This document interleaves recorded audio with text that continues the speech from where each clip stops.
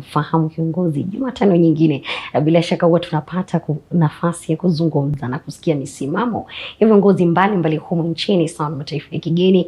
Mimi nafahamika kama Elizabeth Mutuku, na hii leo tutakuwa tukizungumza aliyekuwa katibu mkuu katika shirika la kibiashara la UNTAD humu nchini na hata duniani. Lakini je, ni kipi ambacho unajua kuhusiana na maisha yake, na ni kipi ambacho ulisikia kuhusiana na yeye, na haswa zaidi katika masuala ya siasa, ikizingatiwa kuwa yupo mbioni katika kinyang'anyiro cha mwaka 2022. Asante sana mheshimiwa kupata nafasi kuzungumza nami siku hii leo.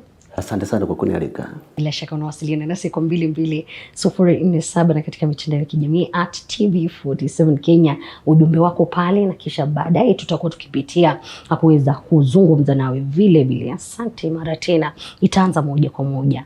Mukhisa Kituyi ni nani? Mukhisa Kituyi ni huyo mnayewa mwoji.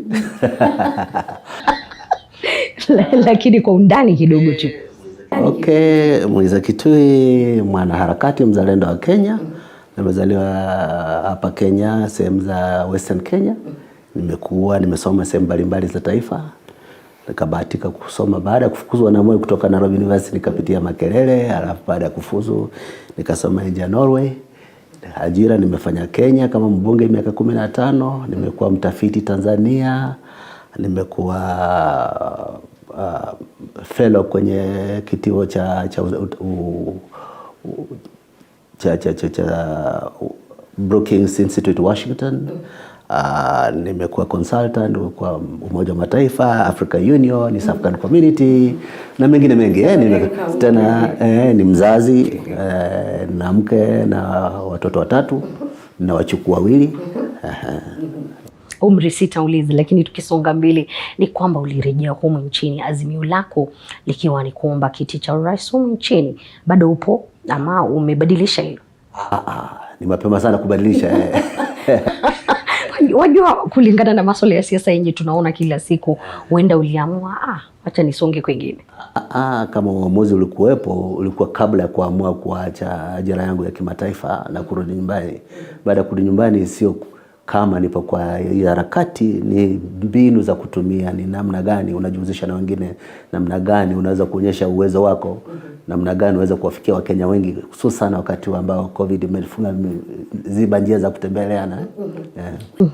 Wengi watashangaa mbona ukaacha ile ajira, kizingatiwa ilikuwa na mapato bora na vile vile ulikuwa katika nafasi ya kimataifa, na ukaamua kurejea humu nchini. Ni kipi ambacho unataka kubadilisha?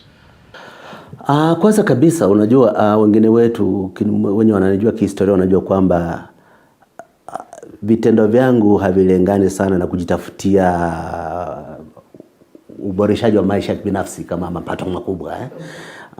Mapato yana maana, lakini shamaliza kuwapeleka watoto wangu kwa pale kufuzu katika university. Mapato ni lazima iwe inatumiwa, ina faida gani kwa umma, na najifikia kwamba hakuna mchango mkubwa naweza kuleta kwa umma wa Kenya kuliko kutumia ile experience Kenya imenisaidia kupata kimataifa na hata kutoka hapa nyumbani, kuboresha mazingira ya hususan vijana na vizazi vijavyo. Sasa najiona kwamba baada ya Kenya kunisaidia, na mimi nirudishe mkono kwa kule nilitoka. Nitumie ule maarifa nimepata kutoka kimataifa na ile exposure nimepata kutembelea mataifa mbalimbali, kusema mbinu gani tunaweza kutumia pamoja tugomboe taifa letu wakati mgumu wa COVID, ambapo sekta mbalimbali zimeumia sana, uwekezaji umedidimia, hatima ya vijana imekuwa ya waziwazi. Sasa naona pengine inaweza kuwa the solution ambayo natarajia njia yangu ipate. Wakati umesema utakuwa the solution, ningependa kusikia mambo 3 katika uongozi wako ambayo utazingatia endapo utakuwa rais wa taifa hili. Jambo la kwanza kabisa nitazingatia ni hili: kuna wengi wanaochungu, wanaumia, walala hoi. Mimi nikueleza kwamba nasikia uchungu ulio nao, nasikia ile shida unayo, ile wasiwasi yako kwamba watoto wako kesho watapata karo wapi, wasiwasi kwamba ajira imepotea, ile kujitahidi, ile kazi ndogo ndogo ulikuwa umefanya, zingine zimeharibiwa na COVID, zingine zimeharibiwa na mazingira yasiyo mazuri sana ya kuwekezaji katika sehemu mbalimbali. Hiyo ni la kwanza. La pili ni kwamba wengi ambao wanaanza kupoteza nia na matarajio kueleza kwamba tukifanya kazi pamoja, tukijitahidi pamoja,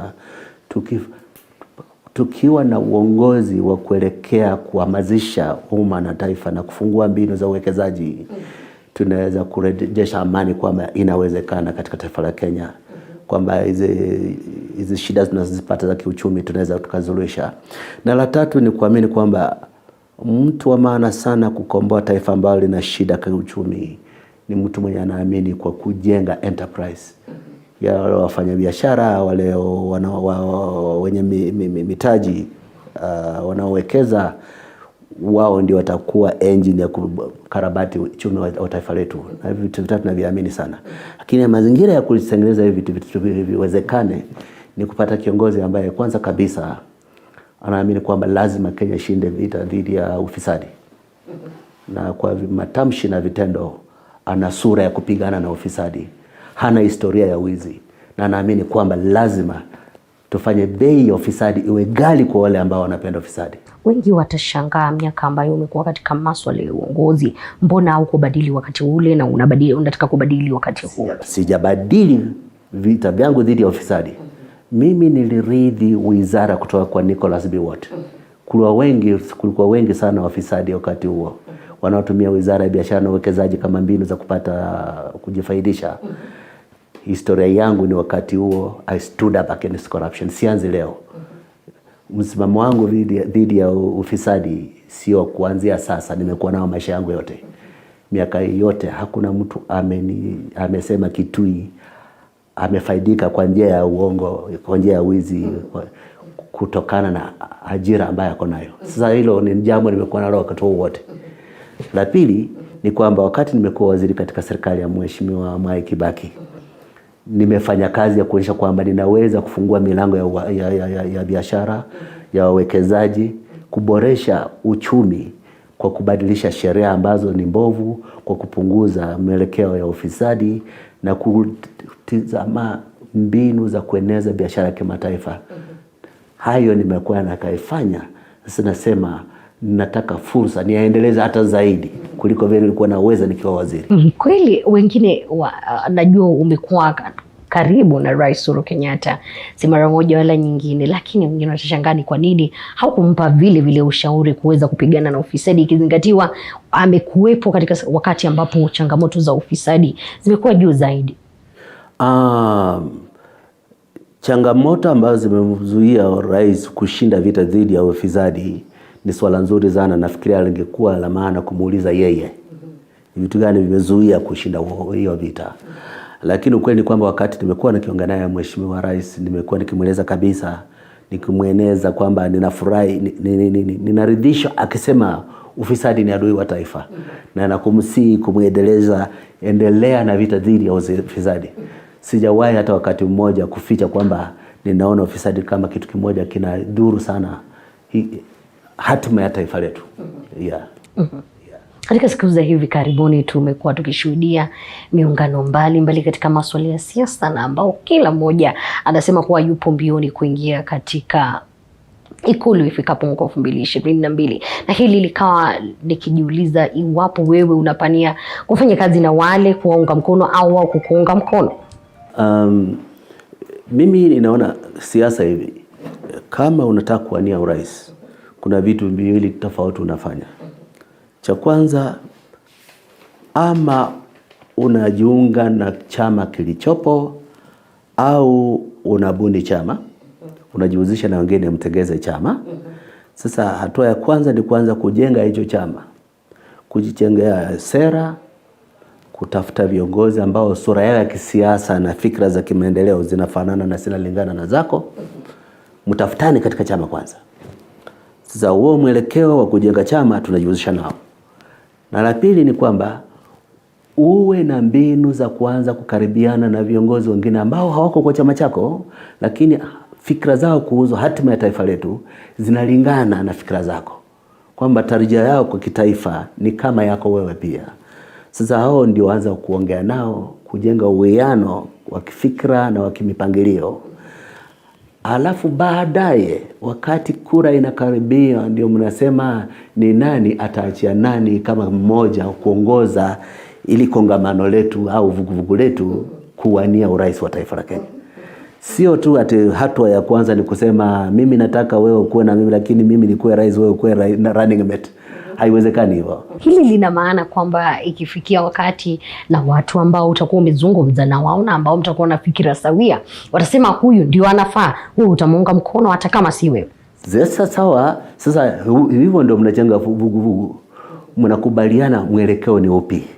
Sera zetu ni zipi? Fikra zetu za serikali endelevu ni zipi? Alafu mnaanza kuulizana nani anaonekana anaweza kuleta watu wengi kumfuata kama ndiye candidate wetu. Na pili, kati yetu kwa Kilatini inaitwa primus inter pares, the first among equals. Nani tunamwona anaweza kuwa wa mbele lakini ni viongozi wa viongozi. Na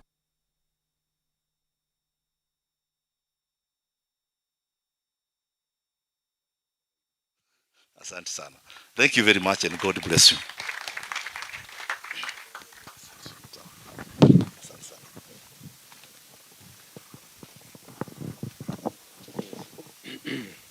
Ladies and gentlemen, good afternoon. Professor Simon Gisharu, founder and chairman of the board of directors of Mount Kenya.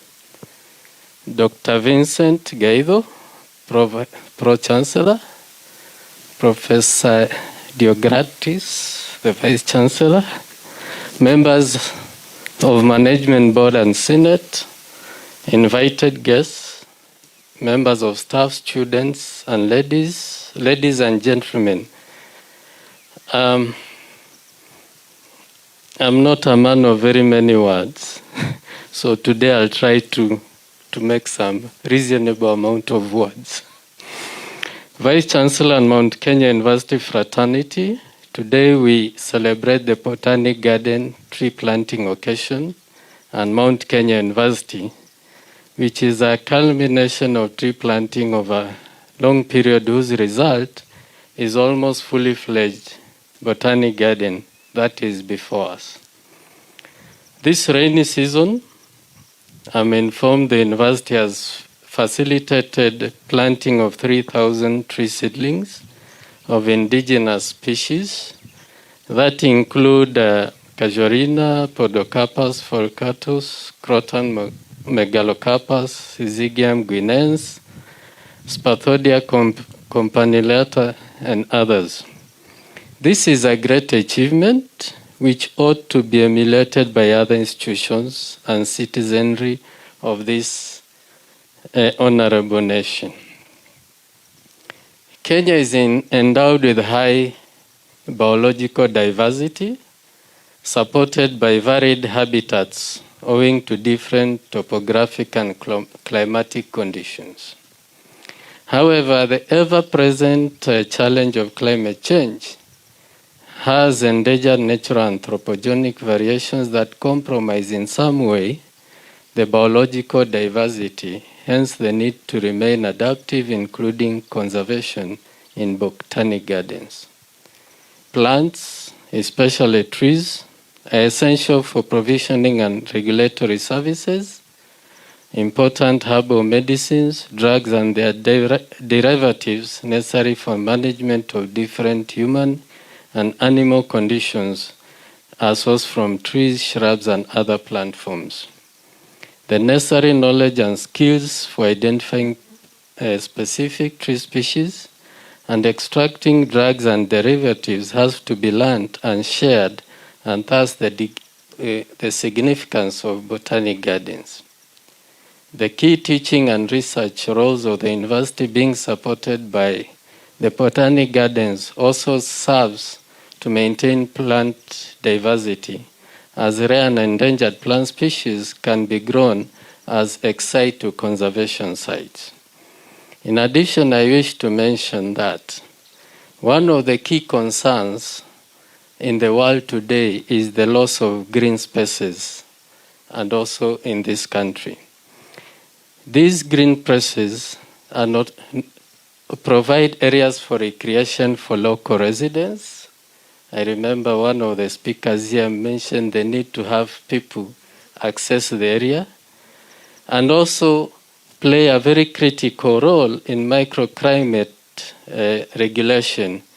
As you know, in built-up areas, which is growing very fast in construction of residential areas, built-up areas create that heat island effect. Within built-up areas, you find it is very hot. It gets quite hot.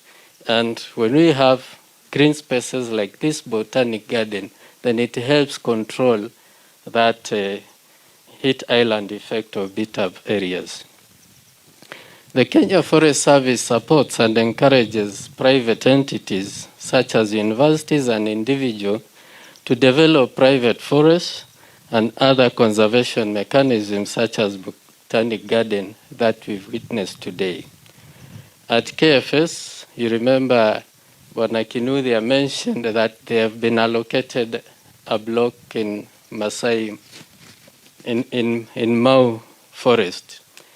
We have a program that we call Adopt a Forest, where an institution can approach KFS and request to be allocated an area that they'll wish to rehabilitate and manage to its required standard. And we have quite a number of institutions that are doing that. And today we discourage that system where people just plant for the cameras and the TV and they go.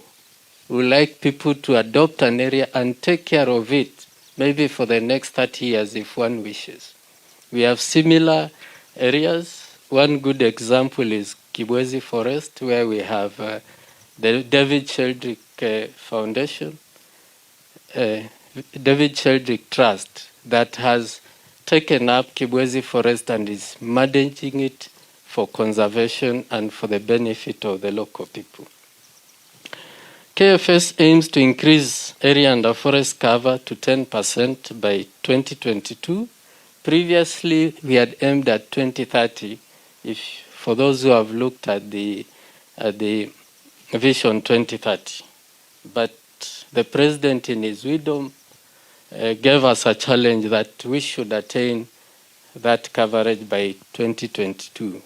And as KFS alone, we cannot do that. We need partners like you to also do your bit. I also wish to challenge you as an individual. What are you doing? Do you wait for occasions like this to plant some trees? I learned a very important lesson when I started working.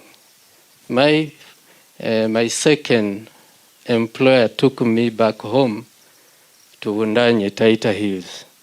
And I was there creating awareness to the community, how important it is to plant trees.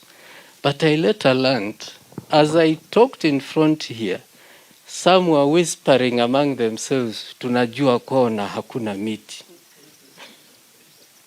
So when I learned that, today you go to my father's farm, which I will inherit maybe some years down the line, a portion of it. I started planting trees. Now I have a forest of 6 acres, and I feel very proud when I go there. When I got a job with my third employer, the Kenya Forest Service, and came to Thika, I was introduced to somebody from home whom I didn't know. And when my name was mentioned, he said, "Oh, when you're fulani, you know, my brother started planting trees at home." And I was wondering why he was doing it. And he told me he's planting kwa sababu aliona kule kwa Mong'ombe kuna miti. There must be some benefit that guy is aiming at. So, in other words, what I'm saying, our actions speak louder than words. As we tell others, plant trees, do it. Others will see and do it. They won't even wait to hear from you. And what I was to say next has already been mentioned. The KFS has an extension division, currently known as Farm Forestry and Drylands Division, which supports private citizens and community members in growing and managing trees and private forests for their benefit. So this division can be approached for technical advice in how to establish your woodlot or your forest.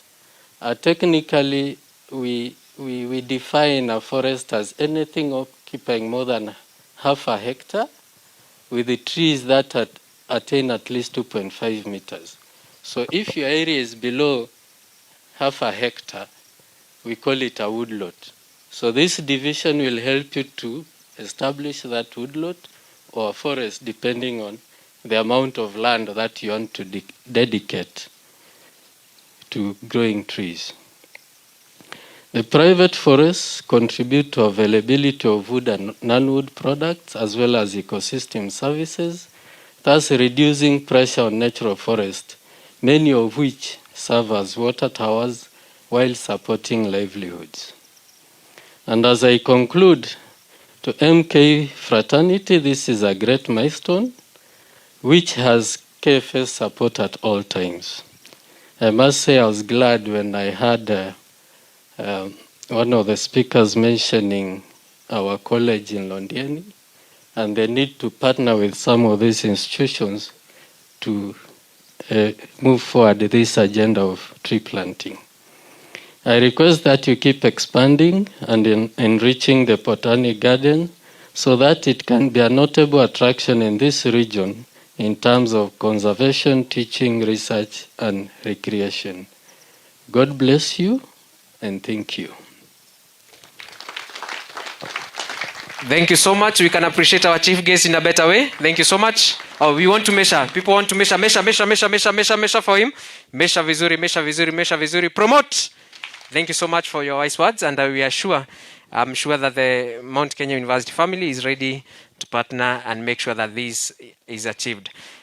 Our chief guests, our chairman, board of directors, it is my honor and privilege to invite the vice chancellor to the podium to deliver an appreciation gift to our chief guests for honoring and being part of this entity, and to show the support that the board gives to the vice chancellor and also the council. I'll request the chair, board of directors, together with the pro chancellor to also come on board to assist and support the vice chancellor as he gives the gift to our chief guest. You can be sure it is a beautiful one, a beautiful one that shows the beauty, and from one of our major students. Thank you so much. Let's appreciate. So we can have the receiver on one end and the givers on the other side, yeah? So that you can come over this side so that the other team can go to the other side. Yes. So that also the camera persons can also take it. Thank you so much. Let's appreciate. Thank you so much. It's a worthy gift. It goes down the memory line that we treasure your presence in this place, and we are grateful. Thank you so much. Thank you. You can take your seats. Our protocol team will assist you. Our protocol team will assist so that at the end of the day it is well kept and maintained. We're almost coming to the end of our program so that we can also take care of ourselves in other ways. It is my honor and privilege to invite the Dean, School of Pharmacy, to offer a vote of thanks. After that, I'll give some more directives as far as taking of lunch is concerned. Kindly, Dean.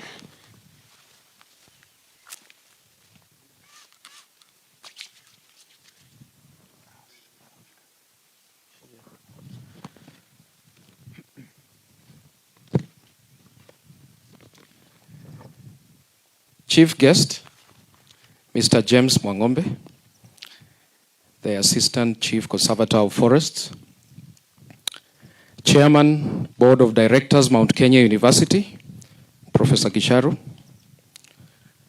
Pro-Chancellor, Dr. Gaitho, the Vice-Chancellor, Professor Jagany, DVC Apia, representative from the National Museum, Mr. Wambugu, Mr. Kinuthia, Chairman Emeritus of Transition Authority,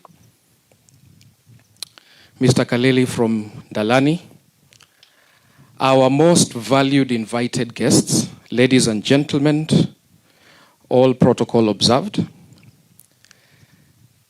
It is my privilege to have been asked to propose a vote of thanks on this occasion. I, on behalf of Mount Kenya University, extend a very hearty vote of thanks to all speakers for gracing this event. A big thank you to Mr. James Mwangombe for his support, recognition, and interest in the MKU Botanical Garden. I must mention our deep sense of appreciation for the chairman, Professor Gisharu, for his vision, support, and interest in all staff and students, and also his focus on environmental conservation. Further, we are grateful to the Pro-Chancellor for reminding us of the benefits of collective action and commitment in tackling climate change. I may like to express our sincere thanks to the Vice-Chancellor for proposing a replication of this activity. That's how important this activity has been in all campuses to support the wider objective of achieving 10% forest cover by 2030. We are all inspired by all your great words.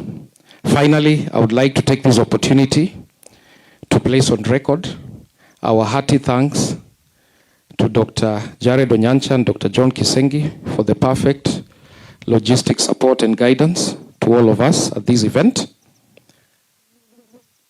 I also extend my thanks to Mr. Anthony Murigi for marketing and TV47 for making this event a success. I cannot thank everyone enough for their involvement and willingness to make this day wonderful.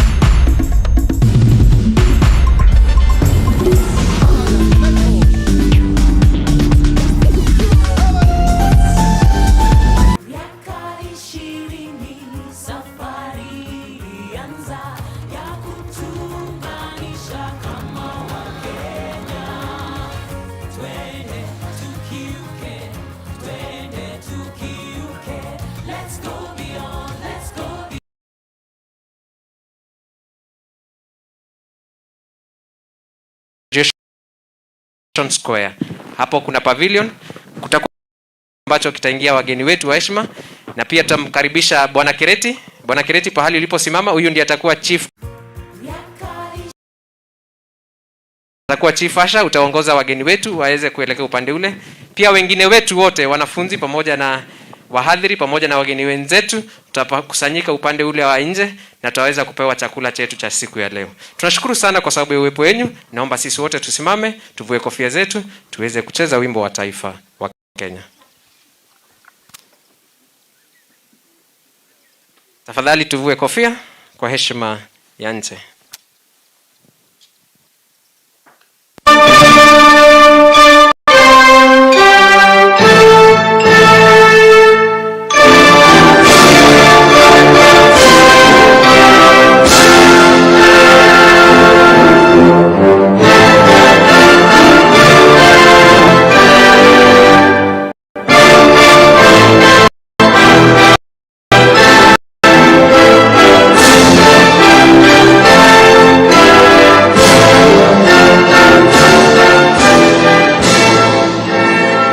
Asanteni sana.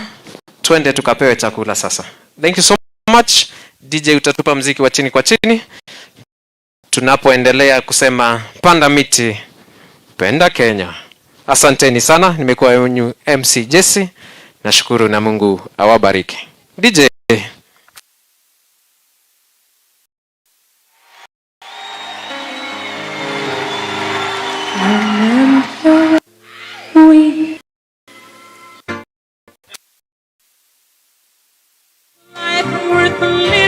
Bwana Kireti, Kireti tafadhali hapa mbele Kireti.